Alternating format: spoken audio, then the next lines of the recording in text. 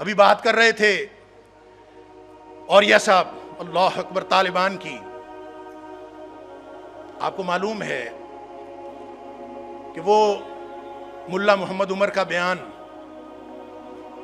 کہ جو اب کی بات نہیں، یہ 20 سال پہلے کی بات ہے، حملہ نہیں ہوا تھا ابھی، اور اس نے شاید وائس آف امریکہ کو انٹرویو دیتے ہوئے کہا تھا کہ بش کہتا ہے زمین تنگ کر دیں گے، اللہ کا وعدہ ہے زمین وسیع ہے، دیکھتے ہیں کس کا وعدہ پورا ہوتا.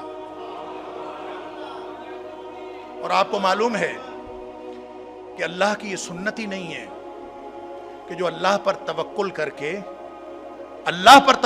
کے کوئی پالیسی اختیار کرے تو اللہ تعالیٰ اس کو مغلوب کر دے. یہ اللہ کی پالیسی نہیں ہے، اللہ کی سنت ہی نہیں ہے. مسلم شریف کی حدیث ہے رب اشعث اغبر مدفوع بالابواب، کتنے ہی پراگندہ حال پراگندہ بال دروازوں سے دھتکارے ہوئے نگلیکٹڈ کلاس کے لوگ ساری دنیا نے دھتکارا. لو اقسم علی اللہ لابرہ، اگر وہ اللہ پر قسم دے دے اللہ ان کی قسم پوری کر دے. اور ہم نے یہ قسم پوری ہوتی اپنے آنکھوں سے دیکھی، اور محض 20 سال کے اندر بلکہ 19 سال کے اندر ہم نے یہ قسم اپنی آنکھوں سے پوری ہوتی دیکھی. ابھی بھی مسلمانوں کو یقین نہیں آیا کہ غلبہ کیسے ہوتا ہے، ابھی بھی مسلمانوں کو یقین نہیں آیا کہ اللہ کا دین ہم سے تقاضا کیا کرتا ہے. اللہ کا دین نمازوں کا تقاضا نہیں کرتا، نماز آپ نے اپنے لیے پڑھنی ہے تاکہ اللہ کے ہاں غلاموں کی حاضری رہے. دین آپ نے قائم کرنا ہے، اگر آپ نے غلبہ حاصل کرنا ہے تو دین قائم کرنا حکمرانوں کا کام اپنا ہے، محکوموں کا کام اپنا ہے، ہر بندہ اس میں ذمہ دار ہے. صرف عمران خان، صرف یہاں کی فوج، یہاں کی اسٹیبلشمنٹ وہ ذمہ دار نہیں ہے، ہم سب ذمہ دار ہیں.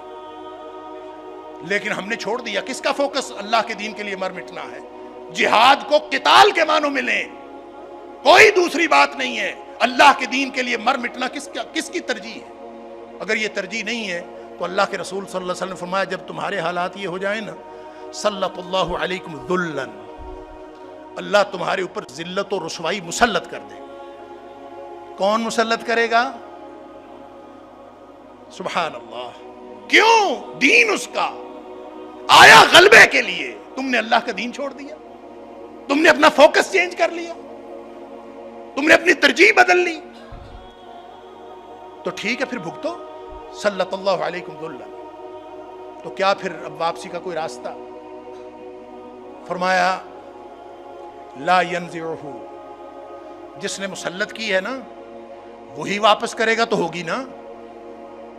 یہ دنیا کے یہ اپنی معیشت بہتر کرنے سے نہیں ہوگی، یہ دنیا کے ساتھ سفارتی تعلقات بہتر کرنے سے اسلام نافذ نہیں ہوگا، یہ ذلتیں اور رسوائیاں ختم نہیں ہوں گی.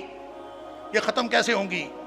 فرمایا لا ینزعہ، جس نے مسلط کی ہے نا اس نے واپس نہیں ہٹانی. حتی ترجعوا الی دینکم، جب تک تم سب دین کو پہلی ترجیح نہیں بناؤ گے.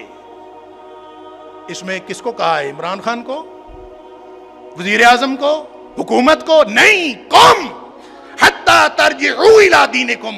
ہر شخص جو یہاں بیٹھا ہے وہ بھی، اور ہر شخص جو اپنے آپ کو مسلمان کہتا ہے وہ بھی ذمہ دار ہے. میں بھی ذمہ دار ہوں، ہم سب ذمہ دار ہیں. کیا ہم نے دین کو ترجیح بنایا ہوا ہے؟ اب اپنے اپنے گریبان میں جھانک کے دیکھیں. اب نبی اکرم صلی اللہ علیہ وسلم اس دنیا سے تشریف لے گئے. اب اگر واپسی کا کوئی راستہ ہے تو نبوت تو ختم ہو گئی. ختم نبوت کا معنی ہم نعرے بڑے لگاتے ہیں، گنتی ختم ہونا نہیں ہے. ختم نبوت کا معنی، ختم نبوت کا تعلق صرف گنتی کے ساتھ نہیں ہے، ختم نبوت کا تعلق عقیدے اور عمل کے ساتھ ہے اور ذمہ داری کے ساتھ ہے. نبی اکرم صلی اللہ علیہ وسلم امت کے ذمے لگا کے تشریف لے گئے اس دنیا سے. اب یہ کام امتیوں کا ہے. امتی کون ہے؟ میں اور آپ. اب ذرا اپنے اپنے گریبان میں جھانک کے دیکھیں. ہمارے ذمے نبی کریم صلی اللہ علیہ وسلم لگا کے چلے گئے. فَلْيُبَلِّغِ الشَّاهِدُ الْغَائِبَ، جو موجود ہے وہ غیر موجود لوگوں تک میرا دین پہنچا دے. آپ بتائیں اللہ کا دین آپ کی ترجیح ہے یا میں اپنے گریبان میں جھانک کے دیکھوں کہ اللہ کا دین میری ترجیح ہے؟ اگر اللہ کا دین ترجیح ہے اور ہم دین کے لیے جد و جہد کر رہے ہیں، دین کو قائم کرنے کے لیے جد و جہد کر رہے ہیں، تو پھر مبارک ہو آپ کو بھی اور ہم سب کو بھی. انشاءاللہ ہماری واپسی کی منزل قریب ہے، پھر ہمارا واپسی کا سفر جاری ہے. لیکن اگر میں اور آپ ہم سب اپنے اپنے کاروباروں میں الجھے ہوئے ہیں، مجھے میری نوکری عزیز ہے، آپ کو اپنے کاروبار عزیز ہیں، کسی کو اپنی حکومت عزیز ہے، کسی کو کونسلری عزیز ہے، کسی کو کچھ عزیز ہے، ہر ایک کی اپنی اپنی ترجیح ہے، تو پھر یاد رکھو اللہ کی طرف سے یہ مسلط کی گئی ذلت و رسوائی کبھی ختم نہیں ہوگی۔ لہذا آج ابھی یہ کوئی لمبی چوڑی بات نہیں ہے، کیسے نافذ ہوگا؟ آج اور ابھی دین کے نفاذ کا اعلان ہو سکتا ہے اگر میں اور آپ دین کو پہلی ترجیح بنا لیں۔ اللہ کا کرم یہ ہے کہ اللہ نے منزل مقصود پہ پہنچنا ہمارے ذمے نہیں رکھا، ہمارے ذمے صرف کوشش کرنا رکھا۔ وَلَيْسَ لِلْإِنسَانِ إِلَّا مَا سَعَىٰ۔ دین نافذ ہوگا کہ نہیں یہ ہمارے ذمے نہیں ہے، یہ اس کا کام ہے۔ طالبان اگر 41 یا 48 لوگوں کے ساتھ جد و جہد کا آغاز کرتے ہیں تو ان کے سامنے منزل تھی؟ نہیں، منزل نہیں تھی۔ اللہ پر یقین تھا کہ ہم شہید ہو جائیں، ہم مارے جائیں۔ ایمان کا تقاضا یہ ہے۔ دین کی بات پھیلانا صدقہ جاریہ ہے، ثواب کی نیت سے ویڈیو کو شیئر ضرور کیجیے۔ جزاک اللہ۔